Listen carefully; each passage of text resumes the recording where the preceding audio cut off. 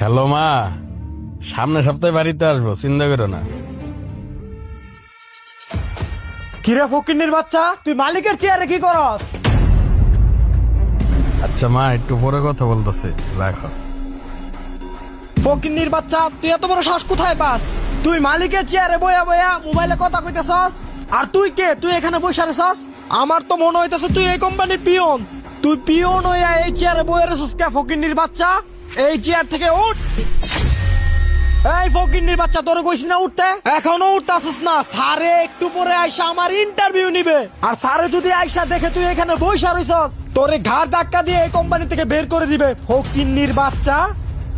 আরে বুঝলাম না, তুমি কে? তুমি এইভাবে কথা বলতেছো কেন? একটু ভালোভাবে কথা বলো। আইসে তুই একটা সামান্য পিয়ন হইয়া আমারে ভালো কথা শিখায়? তুই কে? তুই আমারে ভালো কথা শিখাস? উঠতে বলছি না, উঠ। আরে আমি কেন উঠবো? আমি তো এই কোম্পানির মালিক। ফকিন্নি কয় কি? হ্যাঁ বলে এই কোম্পানির মালিক। পিয়নের চাকরি কইরা মালিক হওয়ার স্বাদ জাগছে তোর না?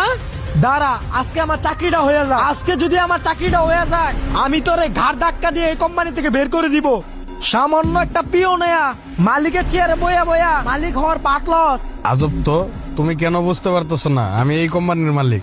আচ্ছা তুই কত, তুই যদি মালিক হয়ে থাক, যারা বাইরে আহে হ্যাগুলোকে তুই কেমনে কথা কস? তুই তো হয়তো বা জানোস না, বাইরের সাথে কথা কইতে হইলে ইংলিশ পারা লাগে। আমি তো দেখতেছি তুই ভালো করে বাংলাও কইতে পারস না। তুই তাহলে বাইরের সামনে ইংলিশটা কিভাবে বলস? আরে আজব তো, আমি কি পারি না পারি সেটা আমার ব্যক্তিগত ব্যাপার। বেরো এখান থেকে। আমি বেরোবো মানে? আমি এই কোম্পানির ইন্টারভিউ দিতে আসছি, আমি ইন্টারভিউ দিয়েই যাবো। স্যার, আরে বন্ধু, তুই এভাবে কথা বলতেছিস কেন? কি হয়েছে? বন্ধু তুই কইস না, তুই তো বললি তোর কোম্পানি কত ভালো, তোর মালিক কত ভালো। আইসা তো আমি নিজ চোখেই দেখতে পারলাম তোর কোম্পানির মালিকের চেয়ারে একটা পিয়ন বয়ে রইছে। এখন তুই আমারে বল, এটা তোর কেমন কোম্পানি? তোর মালিকের চেয়ারে সামান্য একটা 2 টাকার পিয়ন বয়ে রইছে। এখন তুই বল, তুই আমার কেমন কোম্পানিতে ইন্টারভিউ দিতে পাঠাইলি? আরে বন্ধু, তুই কেন বুঝতেছিস না? চুপ কর, চুপ কর। আরে বন্ধু, আমি চুপ করবো মানে? তোদেরও বেশি সামান্য একটা 2 টাকার পিয়ন আমাকে অফিস থেকে বের হয়ে যেতে বলে। এখন তুই বল, আমি চুপ থাকি কি করে? আমি একটা শিক্ষিত পোলা, আমারে পিয়নে বলে এই কোম্পানি থেকে বের হয়ে যেতে। আরে বন্ধু, তোকে চুপ করতে বলতেছি না? উনি হচ্ছে আমাদের কোম্পানির অনার। আরে বন্ধু, তুই এগুলো কি কইতাছস? হ্যাঁ এই কোম্পানির মালিক, আর বুঝলাম হ্যাঁ এই কোম্পানির মালিক। হ্যাঁ এই পোশাক আশাক লয়া বয়ে রয়েছে কে? হ্যাঁ, উনি হচ্ছে আমাদের কোম্পানির অনার। আর ওনাকে এভাবে দেখতেছিস না? উনি এভাবে চলাফেরা করতেই ভালোবাসে। স্যার, আমার ভুল হয়ে গেছে। আমি বুঝতে পারি না আপনি যে এই কোম্পানির মালিক, আর আপনি এই বেশে বৈশা রয়েছেন, আপনি এমন পোশাক পরে বৈশা রয়েছেন। আপনি আমার মাফ করে দিয়েন, আমি আপনার সাথে না জানি না আপনার সাথে অনেক খারাপ ব্যবহার করে ফেলছি। আর স্যার, আপনি ওর কথা কিছু মনে করবেন না। ও আপনাকে এই গেটআপে দেখে ও আপনাকে পিয়ন ভাবছিল। আর তাছাড়া স্যার, আমরা তো জানি আপনি কেমন মানুষ। স্যার, আপনি ওর কথায় কোনো কষ্ট পাইবেন না। আচ্ছা জীবন, ঠিক আছে, বুঝলাম আমি এই কোম্পানির একজন পিয়ন। তাই বলে কি পিয়নের সাথে সে এই ব্যবহারটা করতে পারে?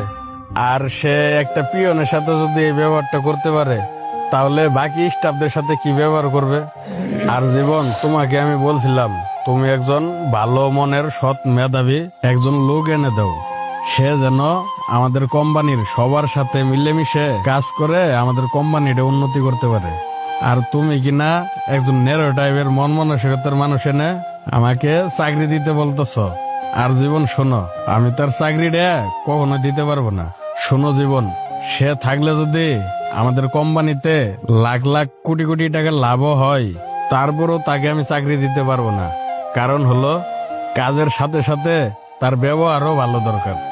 এজন্যই তাকে চাকরিটা আমি দিতে পারতেছি না। এই ছেলে, তুমি এখন আসতে পারো। স্যার, স্যার, আমি বুঝলাম যে ও অন্যায় কাজ করছে। তবে স্যার, আমি কথা দিলাম ও নেক্সট টাইম থেকে আর এরকম অন্যায় কাজ করবে না। স্যার, আপনি এসব ভুল ত্রুটি ক্ষমা করে দিয়ে ওর চাকরিটা দিয়ে দেন। কারণ স্যার, ও অনেক আশা নিয়ে এই কোম্পানিতে আসছিল। তাছাড়া স্যার, ওর ফ্যামিলির অবস্থা খুবই খারাপ, তাই ও অনেক আশা নিয়ে আসছিল এখানে চাকরিটাও করবে। আরেকটা কথা স্যার, আপনি তো ভালো করে জানেন যে আমি কেমন মানুষ। স্যার, আপনি ওকে চাকরিটা দিয়ে দেন। আর চাকরিটা নেওয়ার পরে ওকে আমার মতো করে গড়ে তুলবো। আর যদি দেখি ও আমার মতো না হয়, তাহলে স্যার আমি আপনাকে বলবো আপনি ওকে চাকরি থেকে বের করে দেন। ঠিক আছে জীবন, তোমার উপর বিশ্বাস করি আমি তার চাকরিটা আমি দিলাম। তবে হ্যাঁ, ও যদি তোমার মতো না হতে পারে তাহলে তাকে আর কোম্পানিতে রাখবো না। ঠিক আছে স্যার, আপনাকে অনেক অনেক ধন্যবাদ আমার কথাটা রাখার জন্য। স্যার আসলে আপনি আমার চাকরিটা দিলেন। আমি জীবনের কাছে শুনছি এই কোম্পানির মালিক অনেক ভালো। আজকে আমি নিজ চোখে দেখলাম আপনার সাথে কত খারাপ ব্যবহার করলাম। খারাপ ব্যবহার করার পরেও আপনি সব ভুলে যে আমাকে চাকরিটা দিলেন। আসলে স্যার আপনি অনেক মহৎ মনের মানুষ।